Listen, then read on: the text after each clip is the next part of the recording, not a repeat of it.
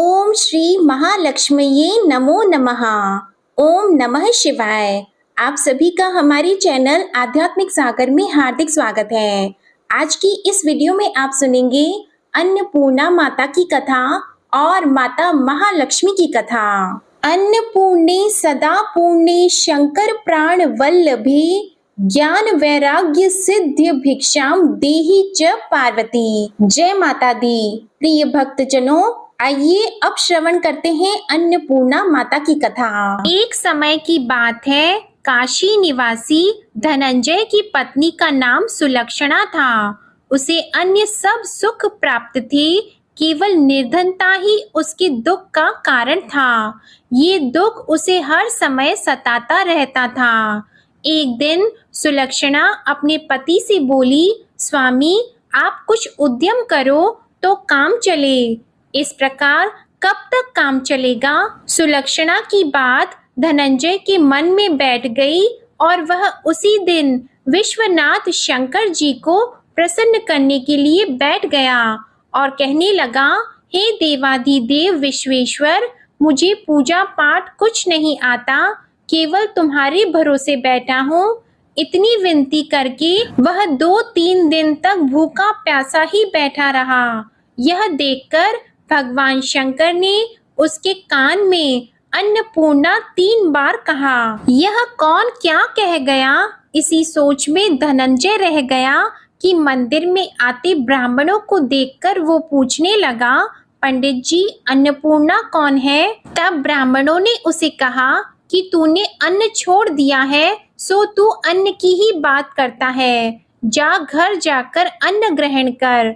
धनंजय घर गया और अपनी पत्नी से सारी बात कही तो वो बोली, आप चिंता मत करो, स्वयं शंकर जी ने इस मंत्र को दिया है, वे स्वयं ही इस मंत्र का खुलासा करेंगे।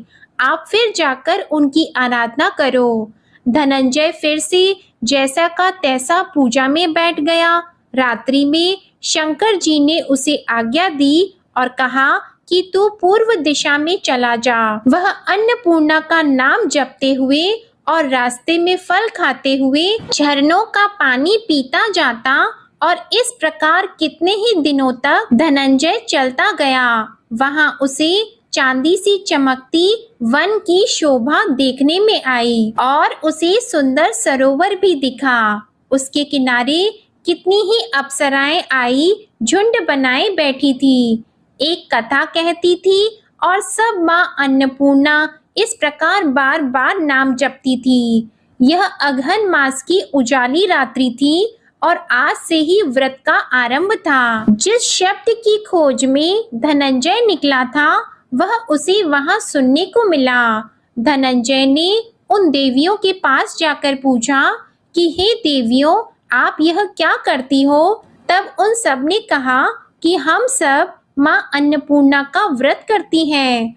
पूजा क्या होता है? ये किसी ने किया है? इसे कब किया जाता है? कैसे किया जाता है और इसकी विधि क्या है? मुझसे भी कहो। वे कहने लगी, इस व्रत को हर कोई कर सकता है। 21 दिन के लिए 21 गांठ का सूत लेना चाहिए। 21 दिन अगर न बने तो 1 दिन उपवास करें। ये भी न बने तो केवल कथा सुनकर प्रसाद लें। निराहार रहकर कथा को सुने। कथा सुनाने वाला अगर कोई भी ना मिले तो पीपल के पत्तों को रखकर सुपारी या घृत कुमारी को सामने रखकर दीपक को साक्षी करके सूर्य, गाय, तुलसी या महादेव हो बिना कथा सुने मुख में दाना न डाले। यदि भूल से कुछ पड़ भी जाए तो 1 दिन फिर से उपवास करें। व्रत के दिन बिल्कुल भी क्रोध ना करें और झूठ ना बोलें। धनंजय बोला, इस व्रत के करने से क्या होगा?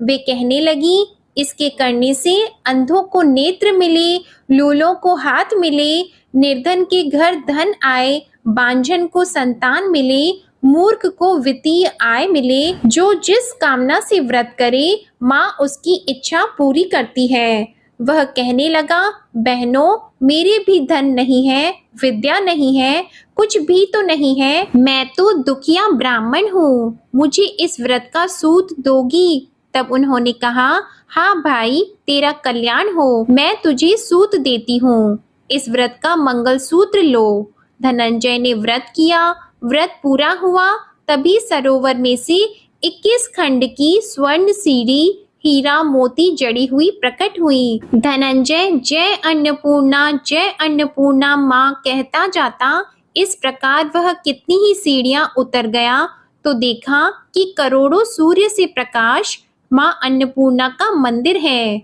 उसके सामने स्वर्ण सिंहासन पर माता अन्नपूर्णा विराजमान है और उनके सामने भिक्षा हेतु भगवान शंकर खड़े हैं। देवांगनाएं चवर डुला रही हैं, कितनी ही हथियार बांधे पहरा दे रही हैं। धनंजय दौड़कर जगदम्बा माँ के चरणों में गिर गया। देवी उसके मन का क्लेश जान गई और धनंजय कहने लगा, माता, आप तो अंतर्यामी हो, आपको अपनी दशा मैं क्या बताऊं। माता बोली, मेरा व्रत किया है, जा, संसार तेरा सत्कार करेगा। माता ने धनंजय की जिह्वा पर बीज मंत्र लिख दिया। अब उसके रोम रोम में विद्या प्रकट हो गई। माँ का वरदान लेकर धनंजय घर आया, सुलक्षणा से सभी बातें कही। माताजी की कृपा से उसके घर में संपत्ति आने लगी। छोटा सा घर बहुत बड़ा गिना जाने लगा और उसके घर अनेक सगे संबंधियों ने आकर उसकी बढ़ाई की। उससे कहा कि इतना धन और इतना बड़ा घर होने पर अगर संतान नहीं है तो इस कमाई का भोग कौन करेगा। सुलक्षणा से संतान नहीं है, इसलिए तुम दूसरा विवाह कर लो। अनिच्छा होते हुए भी धनंजय को दूसरा विवाह करना पड़ा और सती सुलक्षणा को सौत का दुख उठाना पड़ा। इस प्रकार दिन बीतते गए। फिर नए बंधन से बंधे पति से सुलक्षणा ने कहलाया कि हम व्रत के प्रभाव से सुखी हुए हैं, इस कारण यह व्रत छोड़ना नहीं चाहिए। यह माता जी का प्रताप है जो हम इतने संपन्न और सुखी हुए हैं। सुलक्षणा की बात को सुनकर धनंजय उसके यहाँ आया और वह व्रत में बैठ गया। नई बहू को इस व्रत की खबर नहीं थी। वह धनंजय के आने की राह देख रही थी। जब नई बहू को इस बात की खबर पड़ी तो उसके मन में ईर्ष्या की ज्वाला दहक पड़ी और वह सुलोचना के घर आ पहुंची। उसने वहां भगदड़ मचा दी और धनंजय को अपने साथ ले गई। नए घर में धनंजय को थोड़ी देर के लिए जब निद्रा आ गई तो नई बहू ने उसके व्रत का सूत तोड़कर आग में फेंक दिया। अब तो माताजी का कोप जाग गया और घर में अकस्मात ही आग लग गई। सब कुछ जलकर खाक हो गया। सुलक्षणा जान गई और पति को फिर अपने घर ले आई। इस बात पर नई बहू रूठकर अपने पिता के घर चली गई। पति को परमेश्वर मानने वाली सुलक्षणा बोली कि नाथ, आप घबराओ नहीं, माताजी की कृपा अलौकिक है। पुत्र कुपुत्र हो सकता है पर माता कभी भी कुमाता नहीं होती। अब आप श्रद्धा और भक्ति से आराधना शुरू करो, वे हमारा कल्याण करेंगी। धनंजय फिर माता के पीछे पड़ गया और वह सरोवर सीढ़ी प्रकट हुई। उसमें वह माँ अन्नपूर्णा कहकर उतर गया। वहां जाकर वह माता जी के चरणों में वंदन और रुदन करने लगा। माता प्रसन्न हुई और बोली कि ये मेरी स्वर्ण की मूर्ति ले, उसकी पूजा करना, तुम फिर से सुखी हो जाओगे। जाओ, मैं तुम्हें आशीर्वाद देती हूँ। तेरी स्त्री सुलक्षणा ने श्रद्धा से मेरा व्रत किया है, उसे मैंने पुत्र दिया है। धनंजय ने जब आंखें खोली तो खुद को काशी विश्वनाथ के मंदिर में खड़ा हुआ पाया। वहां से वह उसी प्रकार अपने घर को चला गया। इधर सुलक्षणा गर्भवती हुई और उसे एक पुत्र की प्राप्ति हुई। गांव में आश्चर्य की लहर दौड़ गई। मान्यता आने लगी कि इस प्रकार उसी गांव के निसंतान सेठ के पुत्र होने पर उसने माता अन्नपूर्णा का मंदिर बनवा दिया। उसमें माताजी धूमधाम से पधारी और धनंजय को मंदिर के आचार्य का पद दे दिया। जीविका के लिए मंदिर की दक्षिणा और रहने के लिए बड़ा ही सुंदर सा भवन दे दिया। धनंजय अपनी स्त्री और पुत्र के सहित वहां रहने लगा। माताजी के चढ़ावे में उसकी भरपूर आमदनी होने लगी। उधर नई बहू के पिता के घर डाका पड़ गया और उनका सब कुछ लुट गया। वे भीख मांगकर पेट भरने लगे। जब सुलक्षणा को इस बात का पता लगा तो उसने उन्हें बुलावा भेजा। फिर सुलक्षणा ने उनको एक अलग घर में रख लिया और उनके अन्न और वस्त्र का प्रबंध भी कर दिया। धनंजय, सुलक्षणा और उसका पुत्र माताजी की कृपा से आनंद से रहने लगे। माताजी ने जैसे उनके भंडार भरे वैसे ही सबके भंडार भरे। प्रेम से बोलिए माँ अन्नपूर्णा की जय। अब आप सुनिए लक्ष्मी माता की कथा। एक दिन माता लक्ष्मी जी की बड़ी बहन ज्येष्ठा ने उनसे कहा, कुछ दिनों से एक बात मेरे मस्तिष्क में कौंध रही है। सोचती हूँ कि तुमसे पूछूं या नहीं। ऐसी क्या बात है बहन? मन में जो कुछ भी है निसंकोच होकर पूछो। वैसे भी कोई बात मन में न रखकर उसका समाधान कर लेना ही बुद्धिमानी होती है। लक्ष्मी जी ने मुस्कुराकर कहा कि मैं अक्सर यही सोचती रहती हूँ कि सुंदरता में हम दोनों बराबर हैं। फिर भी लोग तुम्हारा आदर करते हैं और मैं जहाँ भी जाती हूँ वहाँ उदासी छा जाती है। मुझे लोगों की घृणा और क्रोध का शिकार होना पड़ता है, जबकि हम दोनों सगी बहनें हैं। ऐसा क्यों है? तब लक्ष्मी जी ने हंसकर कहा, सगी बहन या समान सुंदरता होने से ही आदर नहीं मिलता है। उसके लिए अपने को भी कुछ करना चाहिए। लोग मेरा आदर इसलिए करते हैं क्योंकि मैं उनके घर पहुँचते ही सुख के साधन जुटा देती हूँ। संपत्ति और वैभव से आनंदित होकर लोग मेरा उपकार मानते हैं, तभी मेरी पूजा करते हैं। उधर तुम्हारा यह हाल है कि जिसके यहाँ भी तुम जाती हो उसको गरीबी, रोग और आपदा सहन करनी पड़ती है। इसी वजह से लोग तुमसे घृणा करते हैं। कोई तुम्हारा आदर नहीं करता। आदर पाना है तो दूसरों को सुख पहुँचाओ। ज्येष्ठा को लक्ष्मी जी की बात चुभ गई। उन्हें लगा कि लक्ष्मी को अपनी महिमा का अभिमान हो गया है। उन्होंने तड़प कर कहा, लक्ष्मी तुम मुझसे हर बात में छोटी हो, अवस्था में भी छोटी हो और प्रभाव में भी छोटी हो। मुझे उपदेश देने का भी विचार न करो। अगर तुम्हें अपने वैभव का अहंकार है तो मेरे पास भी अपना एक प्रभाव है। मैं जब अपनी पर आ जाऊं तो तुम्हारे करोड़पति भक्त को भी पल भर में भिखारी बना दूं। लक्ष्मी जी को हंसी आ गई और वे कहने लगी, बहन तुम बड़ी हो इसलिए कुछ भी कह लो, लेकिन जहाँ तक प्रभाव की बात है मैं तुमसे कम नहीं हूँ। जिसको तुम भिखारी बनाओगी उसे मैं दूसरे दिन ही रंक से फिर राजा बना दूंगी। मेरी महिमा का अभी तुम्हें पता ही कहाँ है और तुम्हें भी मेरी महिमा का पता ही नहीं है।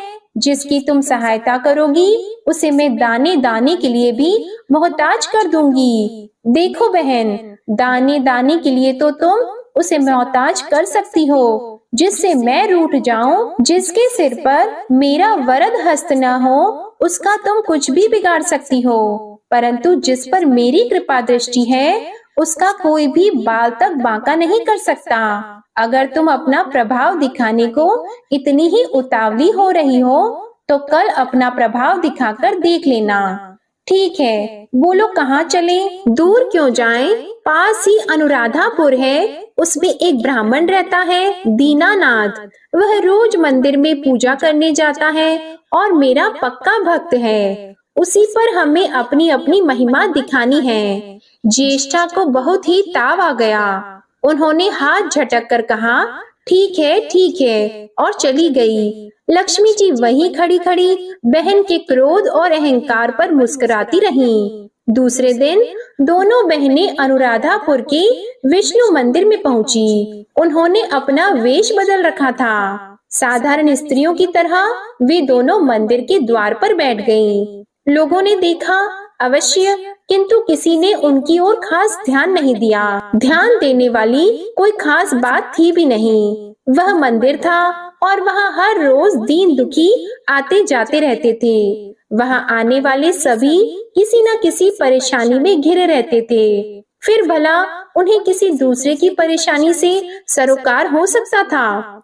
थोड़ी देर बाद वहाँ दीनू पंडित आया। दोनों बहनों की नजरें उस पर जम गईं। पूजा करके जब वह लौटने लगा तो ज्येष्ठा ने कहा, लक्ष्मी, वह तुम्हारा भक्त आ रहा है, बन पड़े तो कोई सहायता करो। हाँ करती हूँ, कहकर लक्ष्मी जी ने एक पोला बांस दीनू के रास्ते में रख दिया जिसमें मोहरें भरी हुई थी। ज्येष्ठा ने बांस को छूकर कहा, अब तुम मेरा प्रभाव भी देख लेना। पूजा करके लौट रहे दीनू ने रास्ते में पड़ा हुआ वह बांस का टुकड़ा उठा लिया। उसका विचार था कि वह किसी काम आ जाएगा। घर में 100 जरूरतें होती हैं। अभी वह पंडित कुछ आगे ही बढ़ा था कि उसे एक लड़का मिला।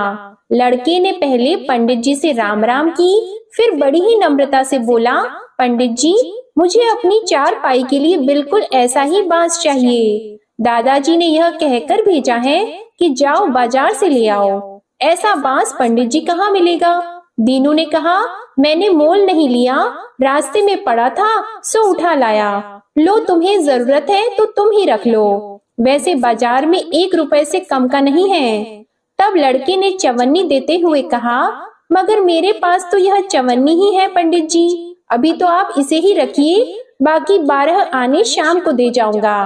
पंडित जी खुश थे कि बिना किसी हील हुज्जत के रुपया कमा लिया। दीनू पंडित ने चवन्नी लेकर बांस लड़के को दे दिया और वह चवन्नी अपनी डोलची में रख दी। मंदिर के पास खड़ी दोनों देवियां यह सारी लीला देख रही थी। तो ज्येष्ठा ने कहा, लक्ष्मी, देखा तुमने, तुम्हारी इतनी सारी मोहरें मात्र एक चवन्नी में बिक गईं। और अभी क्या, यह चवन्नी भी तुम्हारे भक्त के पास नहीं रुकेगी। चलो उसके पीछे चलते हैं और देखते हैं क्या होता है। दोनों बहनें दीनू के पीछे पीछे चलने लगी। एक तालाब के पास दीनू ने डोलची रख दी और कमल के फूल तोड़ने लगा। उसी बीच एक चरवाहे का लड़का आया और डोलची में रखी हुई चवन्नी लेकर भाग गया। दीनू को पता ही नहीं चला। फूल तोड़कर वह अपने घर चलने लगा। इतने में वही लड़का आता हुआ दिखाई दिया जिसने चवन्नी देकर उससे बांस ले लिया था। करीब आकर वह बोला, पंडित जी, यह बांस तो बहुत वजनी है। दादाजी ने कहा है कि कोई हल्का बांस चाहिए, इसकी चारपाई ठीक न होगी। यह लीजिए, आप अपना बांस वापस ले लीजिए। कहकर उसने बांस पंडित जी के हवाले कर दिया। दीनू ने बांस ले लिया, लेकिन चवन्नी तो डोलची में थी ही नहीं। तब उसने कहा, बेटा, चवन्नी तो कहीं गिर गई, तुम मेरे साथ घर चलो, वहाँ दूसरी दे दूंगा। इस समय मेरे पास एक भी पैसा नहीं है। तब आप जाइए, मैं शाम को आकर घर से ले लूंगा। यह कहकर लड़का अपनी राह लौट गया। बांस फिर से पंडित जी के ही पास आ गया और लक्ष्मी जी हौले से मुस्कुराई। उनको इस प्रकार मुस्कुराते देखकर ज्येष्ठा मन ही मन जल उठी। वह बोली, अभी तो खेल शुरू ही हुआ है, देखती चलो मैं इसे कैसे तिगनी का नाच नचाती हूँ। दीनू बेचारा इन सब बातों से बेखबर अपनी ही धुन में आगे बढ़ा चला जा रहा था। उसे क्या पता था कि वह शतरंज का मोहरा बना हुआ है। वह तो धूप छांव की भांति दोनों बहनों का प्रभाव सहता चुपचाप चला जा रहा था। आगे चलकर गांव का एक अहीर मिला।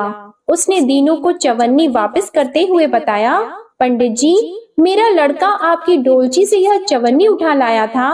यह बड़ा ही शैतान है। मैं आपकी वही चवन्नी लौटाने आया हूँ।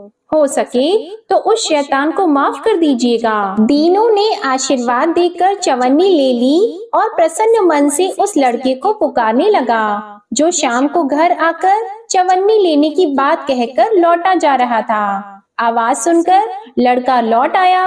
अपनी चवन्नी वापस पाकर वह भी प्रसन्न हो गया। दीनू पंडित निश्चिंत मन से घर की ओर बढ़ने लगा। उसके एक हाथ में पूजा की डोलची थी और दूसरे में वही 5 हाथ का लंबा बांस। राह चलते दीनू पंडित सोच रहा था, बांस तो काफी वजनी है तो मजबूत भी होगा क्योंकि ठोस है। इसे दरवाजे के छप्पर में लगा दूंगा, कई साल के लिए बल्ली से छुटकारा मिल जाएगा।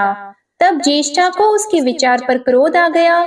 लक्ष्मी जी के प्रभाव से दीनू को लाभ होता देखकर वह मन ही मन बुरी तरह जली जा रही थी। जब उन्होंने देखा कि पंडित का घर करीब आ गया है तो कोई उपाय न पाकर उन्होंने दीनू को मारने डालने का विचार किया। उन्होंने कहा, लक्ष्मी, धन संपत्ति तो मैं छीन ही लेती हूँ, अब तुम्हारे भक्त के प्राण भी ले लूंगी। देखो वह किस तरह तड़प तड़प कर मरता है। और वह तुरंत सांप बनकर दीनू की ओर दौड़ पड़ी। लक्ष्मी जी को तनिक भी घबराहट नहीं हुई। वह उसी तरह खड़ी खड़ी मुस्कुराती रहीं। सहसा दीनू चौंक पड़ा। एक भयानक सांप फन उठाए उसकी ओर झपट रहा था। प्राण तो सभी को प्रिय होते हैं, उपाय रहते कोई अपने को संकट में नहीं पड़ने देता। दीनू ने पगडंडी वाला रास्ता छोड़ दिया और एक ओर को भागने लगा, लेकिन सांप बनी ज्येष्ठा उसे भला कहाँ छोड़ने वाली थी। वह तो उस गरीब के प्राणों की प्यासी हो चुकी थी। वह भी दीनू के आगे पीछे दाएं बाएं बराबर दौड़ती ही रही। दीनू घबरा गया। उसने हाथ जोड़कर कहा, नाग देवता, मैंने तुम्हारा कुछ नहीं बिगाड़ा, शांति से अपनी राह लौट जाओ। आखिर क्यों मुझ गरीब के पीछे पड़े हो? व्यर्थ में किसी ब्राह्मण को सताना अच्छी बात नहीं है। लेकिन वह नाग तो ज्येष्ठा का रूप था, जो दीनू को किसी भी तरह डसना चाहता था। प्रार्थना पर कुछ भी ध्यान न देकर वह सांप एक बारगी फुफकारता हुआ झपट पड़ा। जब दीनू ने देख लिया कि बिना संघर्ष किए अब जान नहीं बचेगी, तो उसने प्राण रक्षा के लिए भरपूर जोर लगाकर वही बांस सांप के ऊपर दे मारा। धरती से टकराते ही बांस के दो टुकड़े हो गए और उसके भीतर भरी हुई मोहरें खन खनाकर बिखर गईं, जैसे लक्ष्मी जी हंस रही हों। दीनू के मुंह से हैरतपूर्ण चीख सी निकली। अरे! थोड़ी देर के लिए वह ठगा सा खड़ा आंखें फाड़े उन मोहरों की ओर देखता रहा। एक पल के लिए तो वह सांप को ही भूल गया, परंतु फिर जैसे उसे झटका सा लगा, सांप का ध्यान आते ही उसने उसकी ओर गर्दन घुमाई तो देखा कि बांस की चोट से सांप की कमर टूट गई है और वह लहूलुहान अवस्था में झाड़ी की ओर भागा जा रहा है। दूसरे क्षण वह मोहरों पर लौट गया और कहने लगा, तेरी जय हो लक्ष्मी माता, जीवन भर का दारिद्र्य आज दूर हो गया। तेरी महिमा कौन जान सकता है। चलो अब घर में बैठकर तुम्हारी पूजा आरती करूंगा। और फिर जल्दी जल्दी उसने सारी मोहरें अंगोछी में बांध दी और लंबे लंबे कदमों से घर की ओर चल दिया।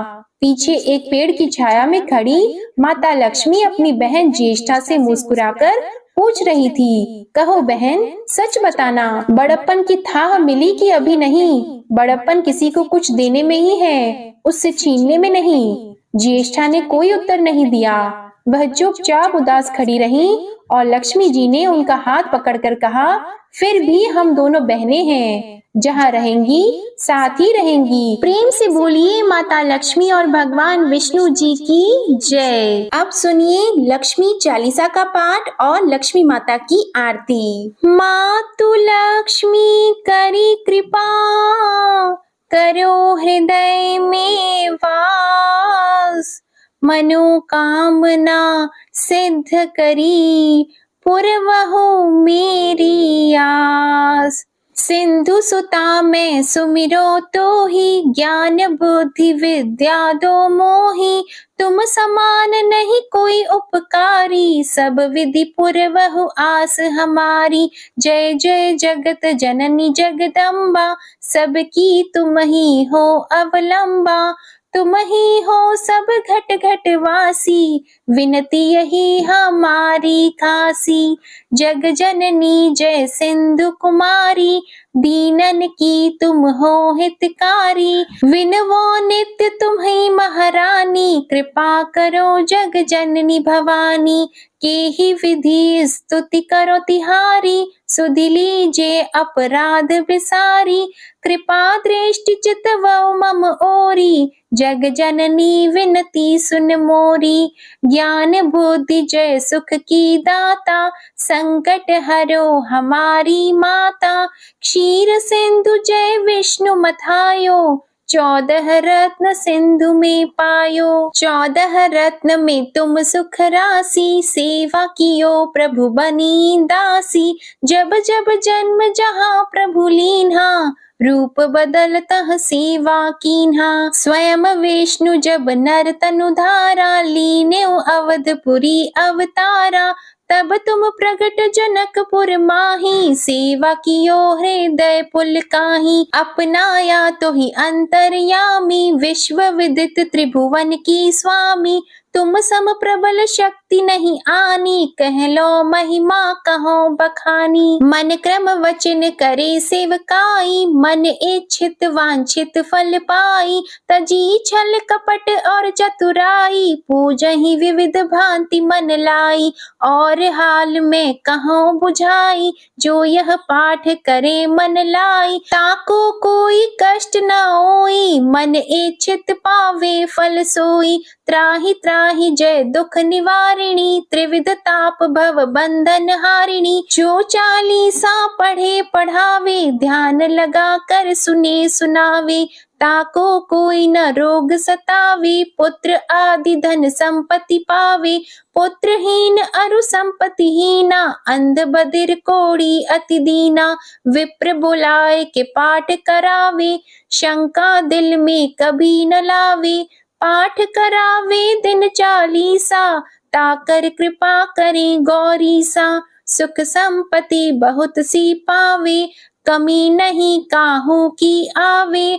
12 मास करे जो पूजा, तेहि समधन्य और नहीं दूजा। प्रतिदिन पाठ करे मन माही, उन सम कोई जग में कहु नाही।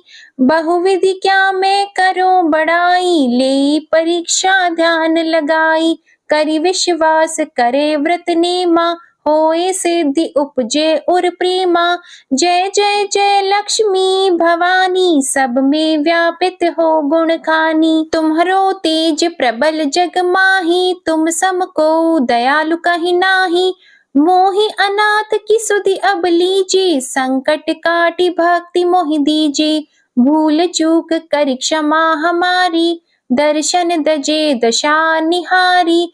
बिन दर्शन व्याकुल अधिकारी, तुम ही अछत दुख सहते भारी।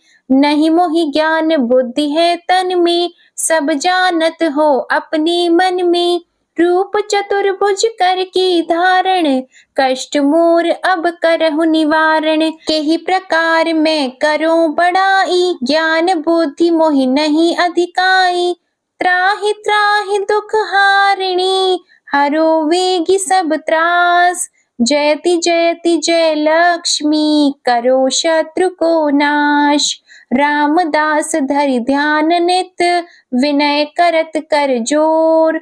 मातु लक्ष्मी दास पर करहु दया की कोर। माता लक्ष्मी की चालीसा समाप्त होती है। अब आप सुनिए माँ लक्ष्मी की आरती। ओम जय लक्ष्मी माता, मैया जय लक्ष्मी माता। तुमको निस दिन सेवत, हर विष्णु विधाता। ओम जय लक्ष्मी माता, उमा रमा ब्रह्माणी, तुम ही जग माता। सूर्य चंद्रमा ध्यावत, नारद ऋषि गाता। ओम जय लक्ष्मी माता, दुर्गा रूप निरंजनी, सुख संपत्ति दाता। जो कोई तुमको ध्याता, रिद्धि सिद्धि धन पाता। ओम जय लक्ष्मी माता, तुम ही पाताल निवासिनी, तुम ही शुभ दाता। कर्म प्रभाव प्रकाशनी, भवनिधि की त्राता। ओम जय लक्ष्मी माता, जिस घर तुम रहती हो, ताहि में सद्गुण आता। सब संभव हो जाता, मन नहीं घबराता। ओम जय लक्ष्मी माता, तुम बिन यज्ञ न होता, वस्त्र न कोई पाता। खान पान का वैभव, सब तुमसे आता।